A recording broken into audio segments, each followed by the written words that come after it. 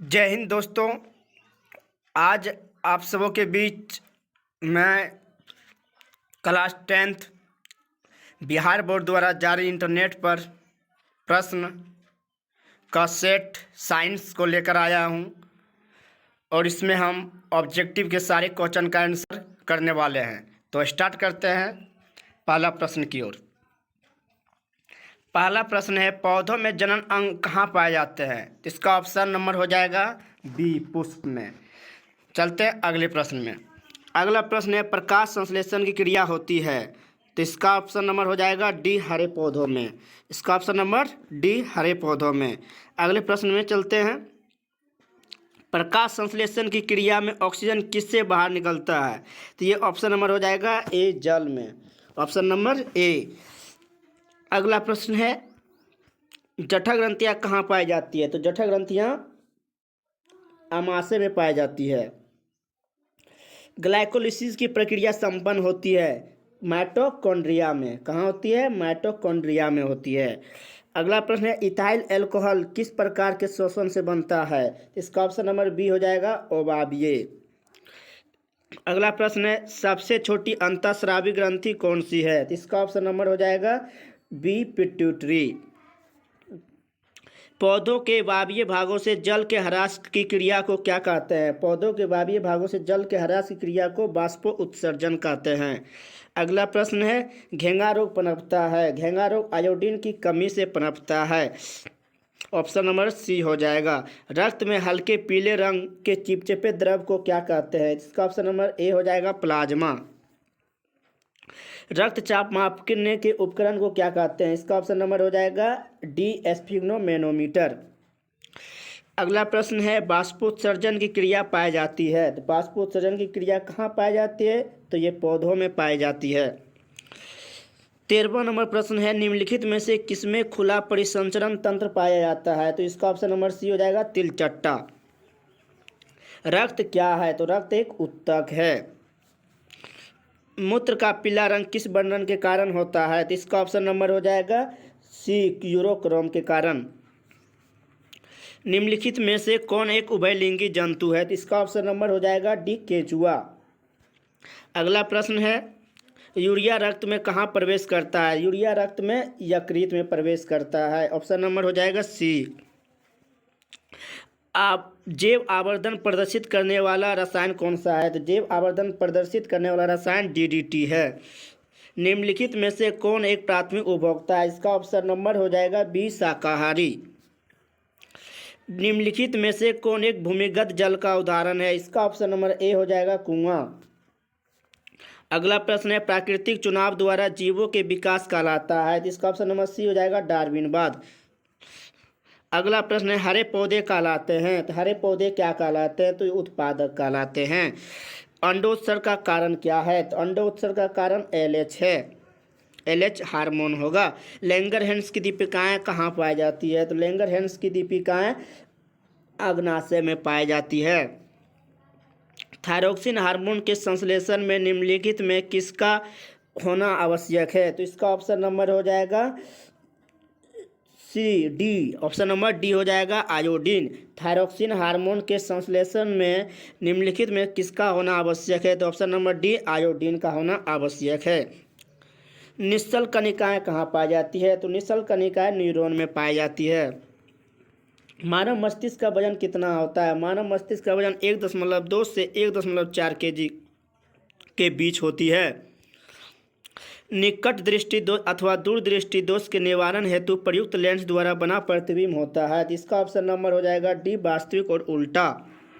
Side mirror के रूप में निम्नलिखित में से कौन प्रयुक्त होता है? तो साइड मिरर में हो जाएगा उत्तल दर्पण। उत्तल दर्पण। Option number A. अवतल लेंस द्वारा प्राप्त प्रतिबिंब होता है। अवतल लेंस द्वारा प्राप्त प्रतिबिंब आभासी, सीधा, छोटा और इनमें सभी हो जाएगा। इसका ऑप्शन नंबर डी हो जाएगा। ऊर्जा का एसआई मात्रक क्या होता है? ऊर्जा का एसआई मात्रक जूल होता है। आकाश का नीला रंग किस परिघटना का परिणाम है? तो इसका हो जाएगा प्रकीर्णन। ऑप्शन नंबर बी हो जाएगा। सामान्य मानव नेत्र स्पष्ट न्यूनतम दूरी होती है। सामान्य मानव नेत्र का स्पष्ट न्यूनतम दूरी 25 सेंटीमीटर होती है। ऑप्शन नंबर हो जाएगा सी। किसी उत्तल लेंस का फोकसांतर 50 सेंटीमीटर है, उसकी क्षमता कितनी होती है? इसकी क्षमता 2 डायोप्टर होती है। अभिनेत्र लेंस की फोकस दूरी में परिवर्तन किया जाता है, तो इसका ऑप्शन नंबर डी हो जाएगा, पक्षभावी पेशियों द्वारा। चलते हैं अगले प्रश्न में। अगला प्रश्न है प्रकाश के परावर्तन के कितने नियम हैं? तो इसका ऑप्शन नंबर हो जाएगा बी 2। अगला प्रश्न है फोटोग्राफी कैमरा का अभिदृश्यक होता है, तो इसका ऑप्शन नंबर हो जाएगा ए उत्तल लेंस। नेक्स्ट की ओर चलते हैं। नेक्स्ट प्रश्न है यदि एक किरण अवतल दर्पण पर लंबवत आपतित हो तो परावर्तन के बाद किरण किस बिंदु से गुजरेगी? तो इसका ऑप्शन नंबर ए हो जाएगा फोकस से। नेक्स्ट की ओर चलते हैं। नेक्स्ट प्रश्न है यदि प्रिज्म से एक वर्णिक किरण गुजरे तो इसका नहीं होगा, तो इसका क्या नहीं होता है? तो इसका अपवर्तन नहीं होता है। अगला प्रश्न है पवन विद्युत जनित्र में कुंडली को घुमाने का काम मूलतः कौन करती है? तो इसका ऑप्शन नंबर सी हो जाएगा, गतिमान हवा। अगला प्रश्न है कांच के अवतल लेंस की वायु में शक्ति होती है, तो इसका हो जाएगा ऑप्शन नंबर ए ऋणात्मक।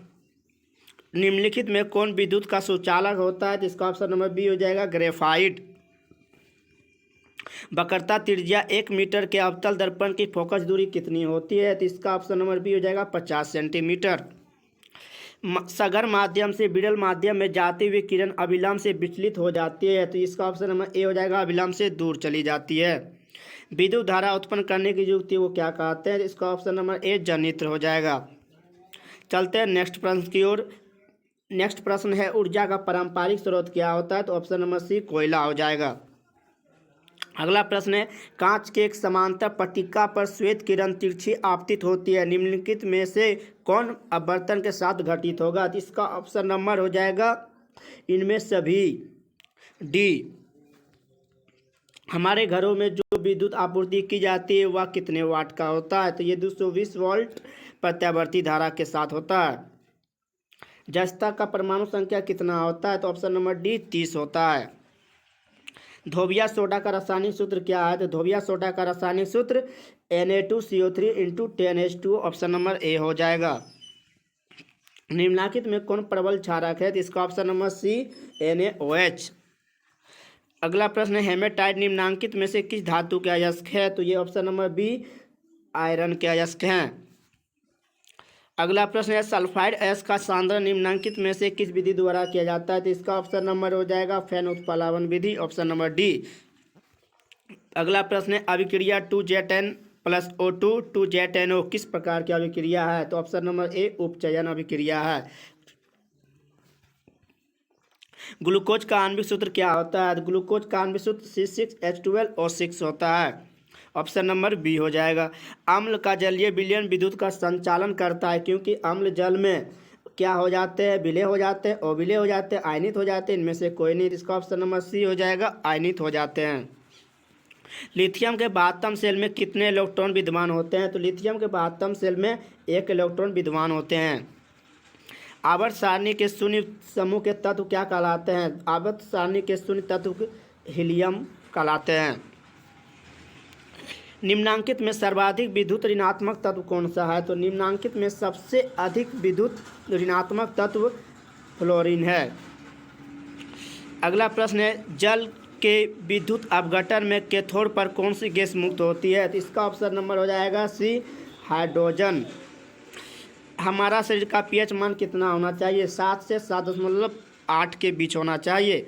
निम्नांकित में कौन अम्ल है? H2SO4 एक अम्ल है। ऑप्शन नंबर डी हो जाएगा।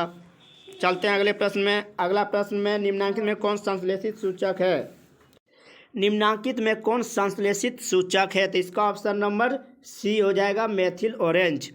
चलते हैं अगले प्रश्न में। कार्बन डाइऑक्साइड जल से अभिक्रिया करके क्या बनाता है? तो कार्बन डाइऑक्साइड जल से अभिक्रिया कर कार्बोनिक अम्ल बनाते हैं।